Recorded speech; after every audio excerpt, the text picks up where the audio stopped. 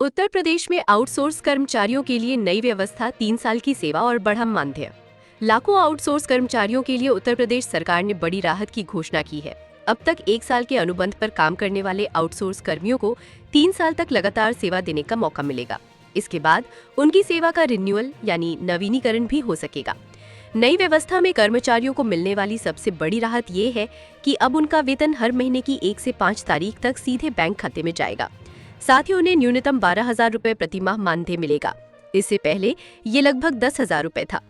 सरकार ने ये भी सुनिश्चित किया है कि कर्मचारियों को अब प्रोविडेंट फंड, पीएफ और कर्मचारी राज्य बीमा निगम यानी ईएसआई की सुविधाएं अनिवार्य रूप से दी जाएंगी। मुख्यमंत्री योगी आदित्यनाथ की अध्यक्षता में मंगलवार को हुई कैबिनेट बैठक में उत्तर प्रदेश आउटसोर्स सेवा निगम के गठन को मंजूरी दी गई।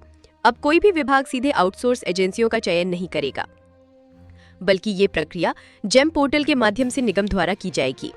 कर्मचारियों को मिलने वाले लाभ: महिलाओं को maternity leave, SC, ST, OBC, EWS, दिव्यांग, भूतपूर्व सैनिक और महिलाओं को आरक्षण का लाभ।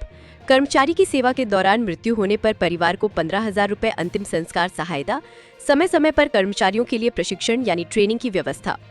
वित्त मंत्री सुरेश खन्ना ने कहा कि अब तक आउटसोर्स एजेंसियां कर्मचारियों को सरकार द्वारा स्वीकृत पूरा मानदेय नहीं देती थी और कई बार पीएफ और ईएसआई का अंशदान भी जमा नहीं करती थी।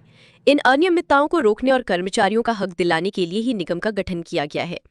कंपनीज एक्ट 2013 की धारा 8 के तहत गठित ये संस्था एक non profit public limited company होगी, जिसमें बोर्ड ऑफ डायरेक्टर्स भी होगा। सरकार का साफ कहना है कि ये व्यवस्था केवल आउटसोर्स कर्मचारियों के लिए है। पहले से स्वीकृत और नियमित पदों पर इसका कोई असर नहीं पड़ेगा।